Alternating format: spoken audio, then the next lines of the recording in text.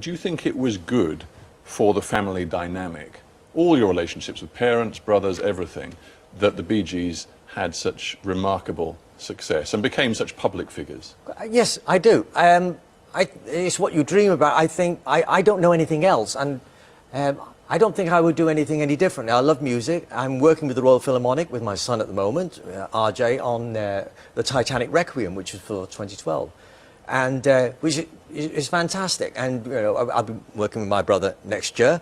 There's some very big things occurring with the Bee Gees next year, especially in America. Well, I have to stop you there because it's interesting. You couldn't have said that a few years ago. There's big things happening with the Bee Gees because after the tragic death of Morris, your twin brother, within a week or so, you did say the Bee Gees as a unit, will never be recreated without Morris. And yet now here you are talking about the Bee Gees. In terms of project, it is projects that are actually related to the catalogue that we've written and what's going to be happening with that catalogue in terms of major players in the United States, which will affect the whole world.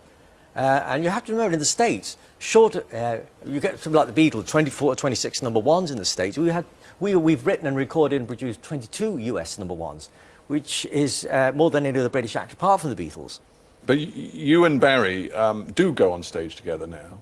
We cherry pick. Yeah, but when you do that, do you feel you are doing it as Bee Gees, or is it something very different now? Well, the Bee Gees is something that we created. It's our creation. In a way, it's almost abstract, when you say Bee Gees, because it's just a name. But we also see ourselves as the creators of that, as the chief composers, the chief sound. Even though you don't engineer it, it's just something that happens. You don't really know you are actually coming across a sound. But we're the major creators, and in a sense, whether we're the Bee Gees or the Gibb Brothers, which is Bee Gees backwards, I suppose, it's just what we are. Whatever it is, you're still doing it. I just want, I was struck by something. But we cherry pick the things that we do live shows. But the catalogue is so big that it is used, and it's in movies all the time. It's on the radio. It's a living catalogue on time, which we are very proud of. Well, and people all over the world know your music. There's no doubt about that. But you did say once, and I think this is quite a reflective comment, and you've been through tough times in your life. You've been very open about that. I've been in train crashes too, the Green train crash. Well, when I was 17 doing them last year, that was when nearly 80 people were killed in that. Well, here's what you said, and it just seems to me it's an interesting sort of juxtaposition with a lot of your up-tempo, your very positive music. You said an artist is an artist because he's not happy with the world. So, as a result, he creates his own existence. And Charles Dickens said the same thing. It's an extension of yourself, because no matter how much you use your art to actually fill the void within you, but it's a never-ending void, because no matter how much, you'll never be satisfied. The void is always there. Is it in your life? This sort of void that drives your creativity is as much there today as it ever was? Yeah. I don't think you can say, oh, I retired at a certain point, or do that. It's just something you have to do in your blood until you drop. So if you got too happy, if you were just too happy in your material world, would you not be able to write music anymore? I think I don't think there's any such thing as actual happiness, but there is contentment. Contentment for me is actually is writing and composing and creating. I don't think, as Churchill said, rest is rust. I don't think I'd like to stand still and just look at the sunset. Yeah, well, you actually rather neatly linked him to another of your interests. You mentioned Churchill. You have become somewhat preoccupied with a particular campaign, and that campaign is to get more recognition, indeed a massive new national monument for the young men who gave their lives for Britain in bomber command. Absolutely, that is, those who flew the bombers in the sorties. 55,000 of them, which have never been recognised for 70 years. Between the ages of 22, which not just laid down their lives for this country, but for all of Europe and Nazi-occupied Europe. Not for the German people, but for the Nazis. Well, I'll tell you what intrigues me about this. You were born after the end of the Second World War. You've actually lived this sort of international life. You have a home in Florida. You've spent some of your youth in Australia. You are truly a sort of international person.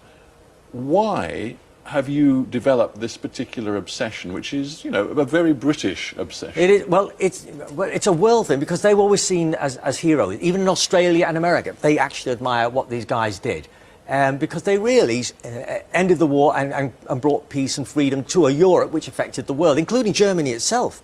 Yes, you've just come back from Germany, and you Yes. probably know better than I do that some Germans, because of the scale of the monument you want to put up, they have real problems with it. I'm just thinking now about the mayor of Dresden, Helma Orus, who has said that she thinks what you are proposing for London, this big monument, is contrary to Dresden's notion of what remembrance is all about. Another councillor in Dresden called it utterly tasteless. Well, from the point of view, I mean, I've got the backing of Boris Johnson and the Prime Minister and Nick Clegg right from the outset, and it's been passed by Westminster Council. It is going ahead. But the fact is, yes, of course they're going to be bitter about it, but this is an anti-war memorial. It's about showing young people that peace and democracy and justice are not just given things. They're not to be taken for granted.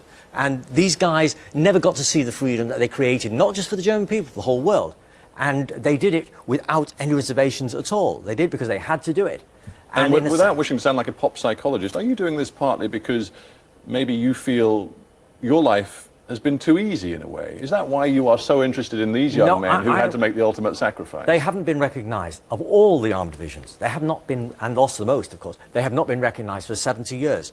And when you've got monuments of animals in Park Lane... Why a pop star, with all the millions you've made, a pop star, you know, wants to turn their attention to this? A composer or musician cause? is better than pop star, with popular music, it's not just... Fair point, but why then such a successful popular musician has developed this particular interest? And it certainly had an effect. The fact of the matter is, these guys are heroes. They should be honoured, and it's something that the whole country has supported, including newspapers, and it's actually, we're up to the point now where it's actually even been designed and passed. And it will happen.